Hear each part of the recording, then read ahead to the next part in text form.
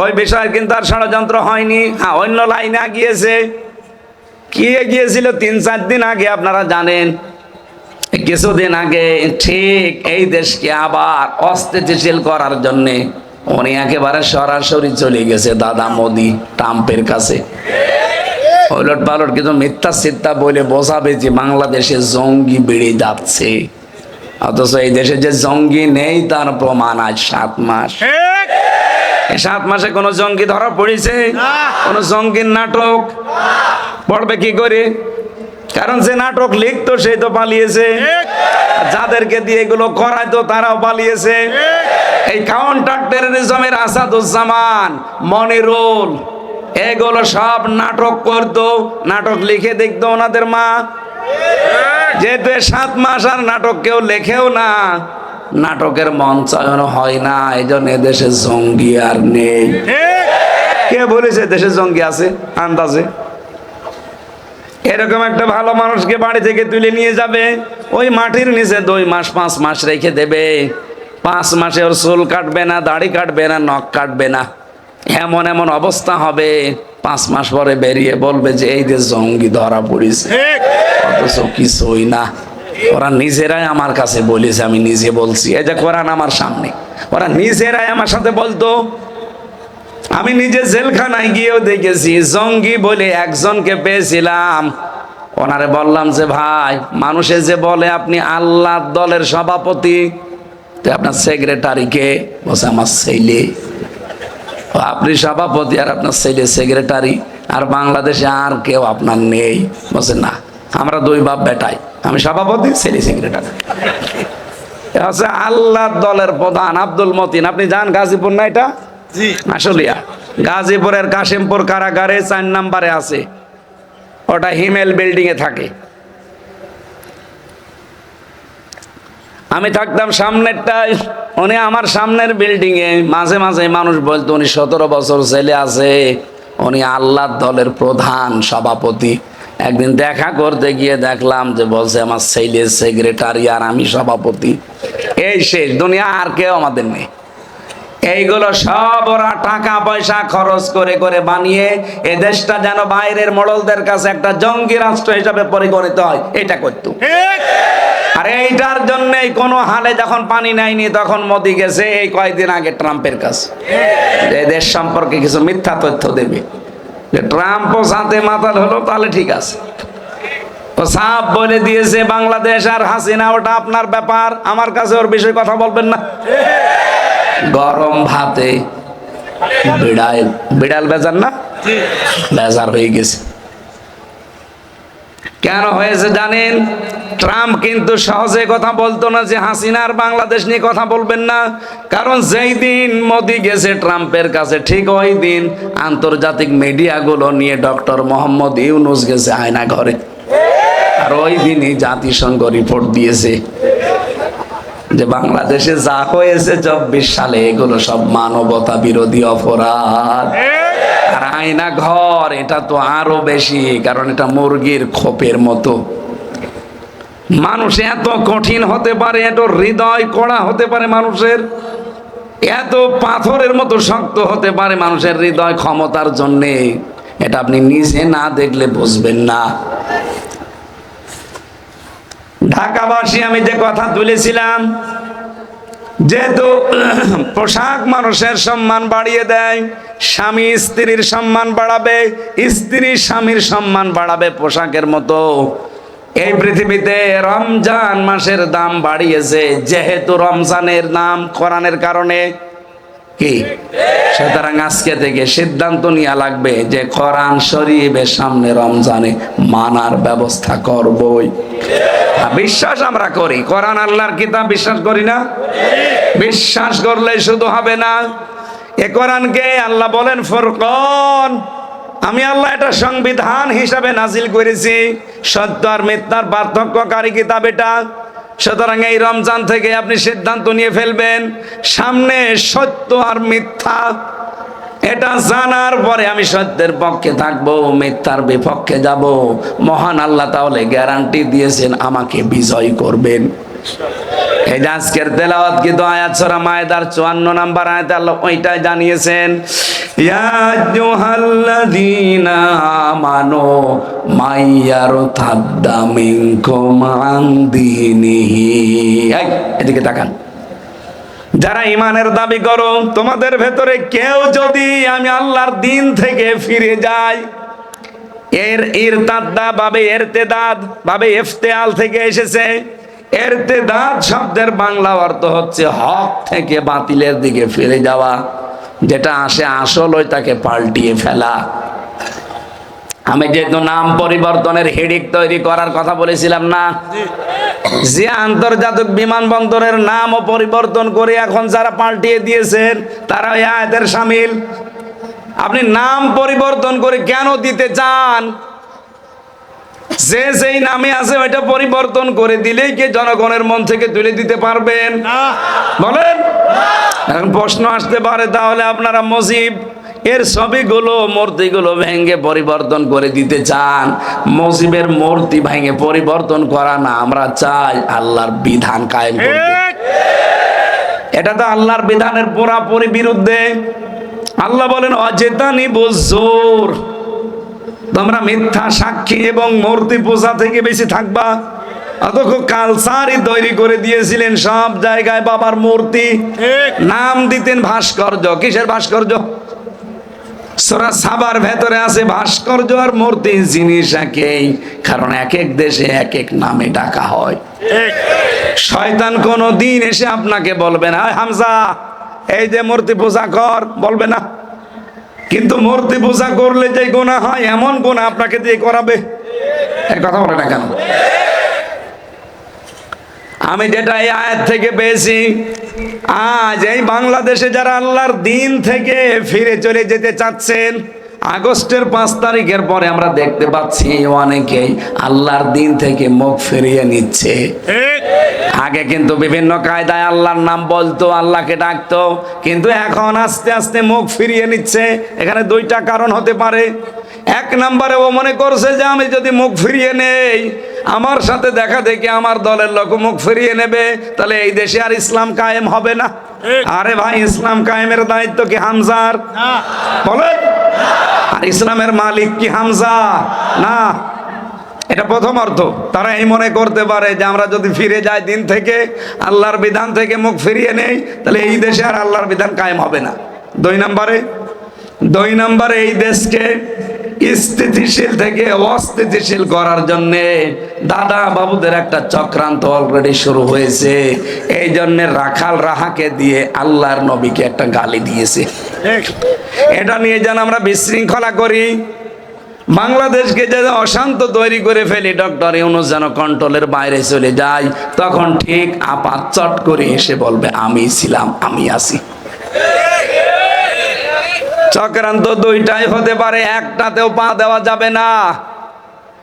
হ্যাঁ, আমরা চাই প্রতিবাদ, যেভাবে প্রতিবাদ করা দরকার ওইভাবে আইন হাতে তুলে না নিয়ে, যিনি আমার রাসূলকে গালি দিয়েছে উনি মানবতার শত্রু। কারণ আমার রাসূল ছিলেন মানবতার বন্ধু। মানবতার বলেন। যারা রাসূলুল্লাহকে গালি দেয়, রাসূল যা দিয়েছেন আপনি ঋণী হয়ে আছেন, তার ঋণ শোধ করার কোনো কায়দা কৌশল কোনো কাজ নেই আপনার, শুধু তাকে গালি দিয়ে ছোট করতে চান।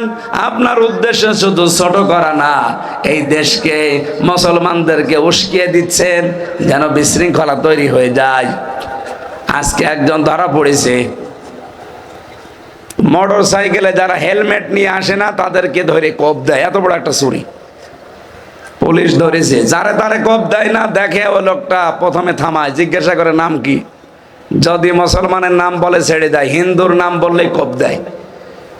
এটা সূক্ষ্ম একটা ষড়যন্ত্র কিছু আবার আরম্ভ হয়েছে। হাসিনা বসে নেই, ও যাওয়ার পরে শুরু করেছে।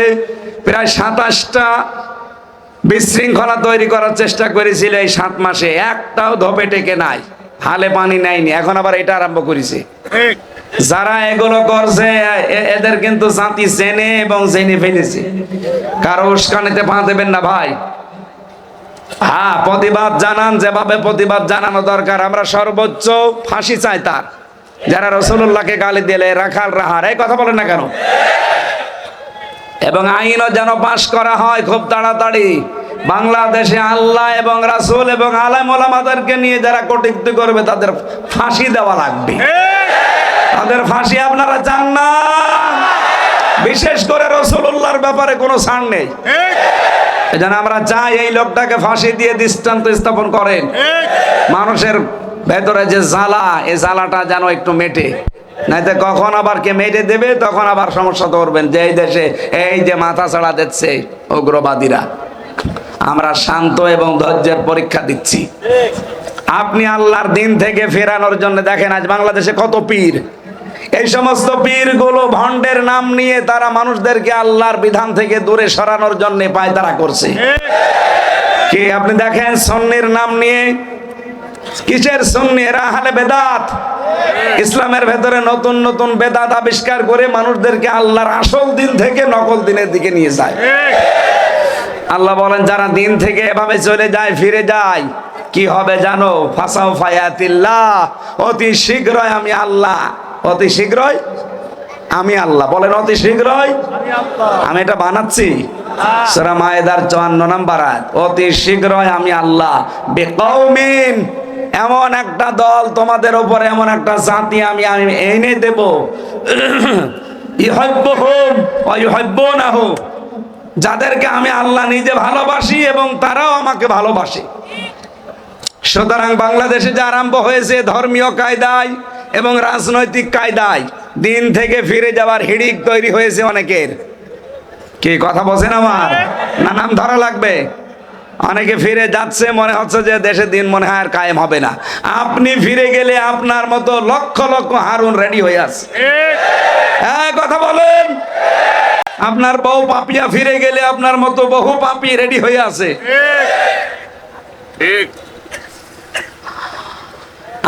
আমি হামজা যদি আল্লাহকে না ডাকি, আমার মতো আল্লাহর বান্দা হামজা এ পৃথিবীতে কোটি কোটি আছে। আল্লাহর কোনো সমস্যা নেই। কথা বলে না কেন? এই জন্য মাঝে মাঝে দোয়া করার সময় আপনি কেঁদে ফেলবেন আর বলবেন রব্বুল আলামিন, আমার মতো হামজা তোমার কোটি কোটি আছে, কিন্তু তোমার মতো মালিক আমার একজনও নেই।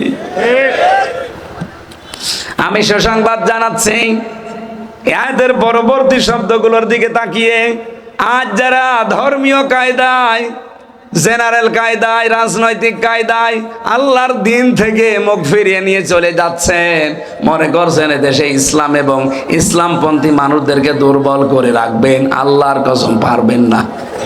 আল্লাহ বলেন আমি অতি শীঘ্র এমন একটা দল তৈরি করে দেব তাদের উপরে, যেই মানুষগুলো আমাকে ভালোবাসবে, আমি আল্লাহ তাদেরকে ভালোবাসবো। সেই দলে আল্লাহ আমাদেরকে যেন শামিল করেন, বলেন আমিন। সেই দলের কিছু নিয়ম নীতি আছে, এদিকে তাকান। সেই দলের কিছু বৈশিষ্ট্য আল্লাহ বলেন, আযিল্লাতিন আলাল মুমিনিন আইজ্জাতিন আলাল কাফিরিন। ওই দলে যারা থাকবে তাদের প্রথম গুণ হবে তারা নিজেদের প্রতি কোমল হবে, আর কাফেরদের প্রতি হবে ভয়ঙ্কর কড়া।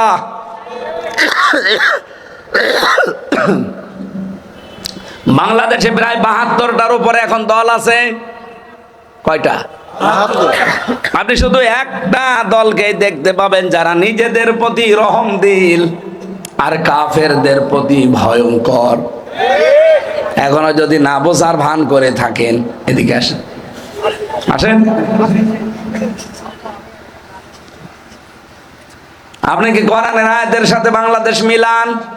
আজ কারা এই দেশে নিজেদের ভেতরে রহম দিল? কোথায় বাড়ি চট্টগ্রাম, কোথায় বাড়ি ঢাকা, কিন্তু দিনের কারণে একে অন্যের সাথে, নিজের আপন ভাইয়ের সাথে সম্পর্ক বেশি, কিন্তু নিজের আপন ভাই দিন থেকে ফিরে গেছে, ওকে জানের শত্রু মনে করে। কারণ আইজ্জাতিনা আলাল কাফিরিন, কাফেরদের প্রতি তারা কড়া, কঠিন। আমার তো মনে হয় এটা বাংলাদেশে অনেকের সাথে মিলে যাচ্ছে। আল্লাহ যেন ওই দলের ভেতরে আমাদেরকে শামিল করেন। আমিন। ইউজাহিদুনা ফি সাবিলিল্লাহ, তারা জিহাদ করবে আল্লাহর জন্য, সংগ্রাম চালাবে। ইয়াখাফুনা লাউমাতা লাইম, কিন্তু কোন তিরস্কারকারীর তিরস্কার তারা ধার ধারবে না। আজ বাংলাদেশে যারা একামতে দিনের দায়িত্ব পালন করে, আপনি তাকান তাদের দিকে, কত তিরস্কার তাদের নামে, কত বদনাম তাদের নামে। কিছু মনেই করে না, সব পেছনে ফেলে গিয়ে চলে যাচ্ছে। কম দোষ দেবেন তাদেরকে?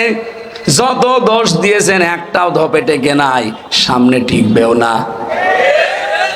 গতকালকে যে দিবসটা দিকে তাকান, ইতিহাসের দিকে তাকান, আপনার তো কোনো অবদান নেই, আন্দাজে খালি ফুল দিতে যান। ফুল না দিয়ে ওই ভাষা শহীদদের জন্য যদি মন থেকে দোয়া করতেন, কারণ ভাষা এটা একটা নিদর্শন। এটা সূরা রুমের ভেতরে আছে, আমিন আয়াতিহি খালকুস সামাওয়াতি ওয়াল আরদ ইখতিলাফু আলসিনাতিকুম ওয়া আলওয়ানিকুম। আল্লাহ পাক বলেন এই পৃথিবীতে আসমান জমিন এটা আমার নিদর্শন। আরো নিদর্শন হচ্ছে তোমাদের ভেতরে যে ভাষা ভাষা কথা বলো, এই ভাষাগুলো আল্লাহর নিদর্শন। আর তোমাদের আকৃতি প্রকৃতি বর্ণনা বর্ণ বৈচিত্র্য এটাও আল্লাহর নিদর্শন। বাংলাদেশে যদি আফ্রিকার মানুষগুলো এসে বাস করে, আমার মনে হয় অনেকে তার চেহারা দেখে খাওয়া দাওয়া বন্ধ করে দেবে। এই কথা বলে না কেন?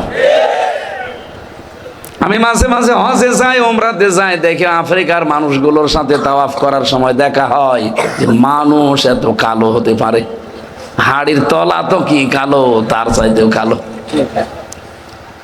বলেন তো এরকম একটা মানুষের পরে চেহারার যা বর্ণনা, ঠোঁট ঝুলে যায়, আর চেহারা তো সেই রকম কালো, চুলগুলো একটু ঢাকায় থাকে মেয়েদের, পুরুষ মানুষের তো ঢাকা নেই, কোকড়ানো কোকড়ানো চুল। চেহারা দেখলে আমার মনে হয় আল্লাহ ওর বউ থাকে কি করি। এই হচ্ছে চেহারা। আল্লাহ বলেন চেহারাটা আমি আল্লাহর একটা নিদর্শন। এক এক জায়গার জন্য এক এক রকম চেহারা আমি তৈরি করে দিয়েছি। আপনি চীন দেশে যাবেন, আমাদের দেশের মতো না, ও দেশের মানুষের সব নাক বোসা আর বাটা বাটা। এই কথা বলেন না কেন? এই যে তাহলে আলসিনাতিকুম, লেসানের বহুবচন আলসেনা, লাউনের বহুবচন আলওয়ান। আল্লাহ বলেন আমি বর্ণ রং ভাষা এগুলো আমার সৃষ্টি। সুতরাং পাকিস্তান ওই সময় আমাদের ভাষা, মাতৃভাষা মায়ের ভাষা কেড়ে নিয়েছিল, একটা জুলুম করেছিল। এই জুলুমের বিরুদ্ধে, এই বৈষম্যের বিরুদ্ধে যারা প্রতিবাদ জানিয়ে জীবন দিয়েছে তারা শহীদ। হ্যাঁ, কথা বলেন না কেন? সেই ভাষার সৈনিক হিসাবে গোলাম আজমের নাম পাবেন ইতিহাসে। অথচ এই জালেমরা মুনাফিকরা তার নামটা পর্যন্ত সম্মানের সাথে নিতে চায় না, তার উল্টা পাল্টা নাম দিয়ে দাবিয়ে রাখতে চায় জাতির কাছে। দাবিয়ে রাখতে পেরেছেন? যেই নামে গালি দিতে ওই নামটায় জম হয়ে দাঁড়িয়েছে রাজাকার।